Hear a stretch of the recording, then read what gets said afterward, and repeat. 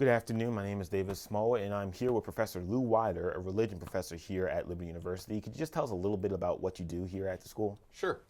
I am the director of the Center for Christian Community Service and a professor of biblical worldview. I've been doing that since 1985, and I also teach online with the Apologetics 104 courses.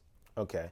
My topic today I wanted to ask you was about a video that I had asked you to watch called The War on God in America. It was a video made in 2008 by the Wall Builders for their YouTube channel. And it was talking about how in the last several decades, there's been what the creators saw as an attack on uh, recognizing the religious heritage of this country, where you see monuments, they omit people who have phrases to God, and how some things such as the new back then visitor center at the Capitol building had omissions of words of God in our documents and in different parts of the building. So, as a religion professor, I wanted to ask you: has this been something that you've talked about in your classes or with your fellow professors? We address it only as a contemporary issue, not for an entire part of our course, a chapter, etc., and what we deal with. However, as a contemporary issue, we address the nature of how God is perceived in our culture, the elimination of God, the secularism that has taken place within our society, and how people perceive Christians. Because often, sometimes a society will view the nature of God and the purpose of God by who represents God. And so, maybe from that perspective, that's how we would address it in our biblical worldview classes. So, it is something you do discuss in your classes. Sure. You feel it's important enough that it warrants discussion. Yeah, even though we know that it's talked about more in the government classes, etc., for consistency with their biblical worldview concepts, we do address it somewhat in our classes.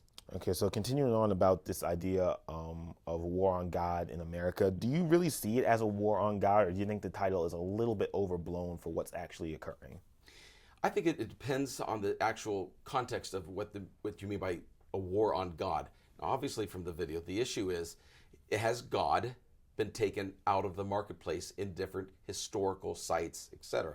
And the answer is yes. And the reason is why. Part of that is an idea of reconstruction to eliminate God from the marketplace, as to one, it's couched in not offending somebody. They don't want to offend people who do not believe in God and Jesus Christ. But what I think they're really attempting to do is to eliminate God from our society, eliminate God from the public square, which is a way to educate another generation of children growing up that God has not played an important role in our nation historically, and in those who have led us and the figures who helped found this great country from the beginning. And so I think that yes, there is an elimination of God, a war on God, but it depends. In some ways, it at times becomes more of an attack on Christianity, the exclusivity of Christ, as opposed to the nature of God itself. Because I don't think that there is an elimination of God from the public square. It's the Christian God that is the attempt to eliminate. So you see, it's more focused not on the idea of a God, or completely like remove God from everything. It's more remove this one God, which seems to demand more of a singular focus to him. Sure. Yeah, absolutely. That Christians believe in that Jesus is the way, the truth, and the life, and no man comes into the Father but by him, John 14:6. That's an attack on, from their perspective, on the beliefs of others. And in this culture of tolerance, that is viewed as intolerant, as if those who believe in God and Christianity do not have the right to believe that unless they also believe that every other view is equally valid and equally true. But my question to you, responding to that, is: do you think that as Christians, even if we acknowledge the Christian roots of this nation, do you think we should still have room for tolerating people of other religions? Because my concern with this is, where do we go from a point where we acknowledge the role Christianity played, but where does it get to a point where it seems like it becomes sort of to the detriment of other religions and their right to express themselves? America was founded on the idea of the freedom of religion, not the freedom of Christianity, the freedom of religion. That would mean Buddhism, Hinduism, Islam, Christianity, etc. all should have the ability to communicate. There's the freedom of the press, the freedom of speech, okay?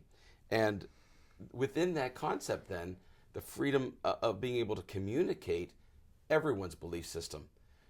I don't think it's the belief of the church itself to eliminate the rights of others to believe other things. And clearly, Jesus never forced his positions on anyone. So I think that it's not necessarily the elimination of other world religions.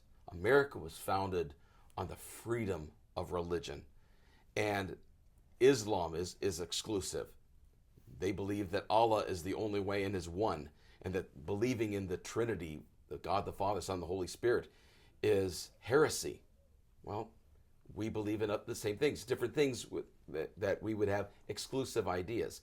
But nothing should be eliminated from the marketplace per se, and we should allow the freedom of our citizens to make the choice once all the history and the facts within that history are communicated accurately. And I think that's the biggest thing, communicating our history honestly, as opposed to trying to eliminate God or any idea of religious idea to just purely secularize our culture. So your thing is more of, it's fine for the other religions to be able to express themselves. You just want a fair shake at what everyone else gets. If you're going to allow Muslims to express themselves and Jews to express themselves, you're just asking for your fair share. Not necessarily, yeah, the idea of that the freedom of religion, the freedom of speech, etc., is for all faith groups to be able to communicate itself. But I also think when you're talking about the founding fathers, those in our history, our American presidents, etc., who are being eliminated from historical documents, historical sites, etc., that's something different. That's the elimination of God from the marketplace as if it never occurred. To educate the next generation to not believe or understand that Christianity or any other concept it never existed, that basically we're secularizing our society. That's what I'm very concerned about.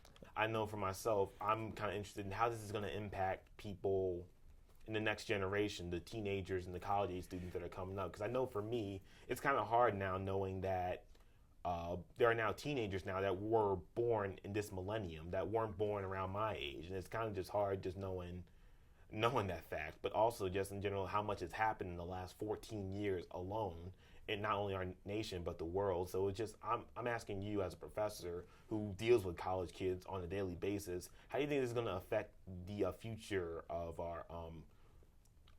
our nation, just essentially?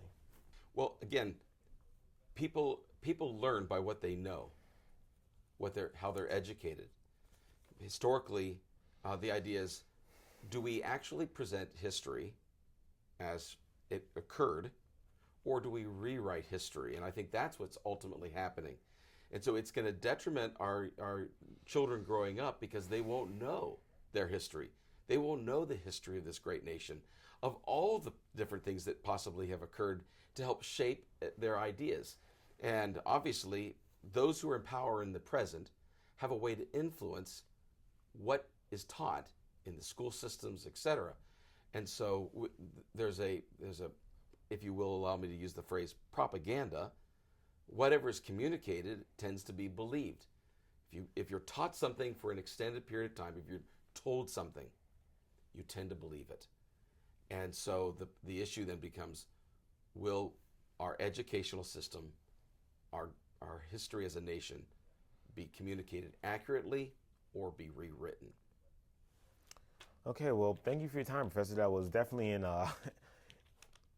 was definitely something that I'm going to take and understand and just look into, because it was very informative, and it's making me think a lot about kind of the issues that our country has when it comes to religion, and how we as Christians can better understand what the issue is and how we can best deal with the situation. Happy to be here. Thank you so much. Thank you so much, Professor. Uh-huh.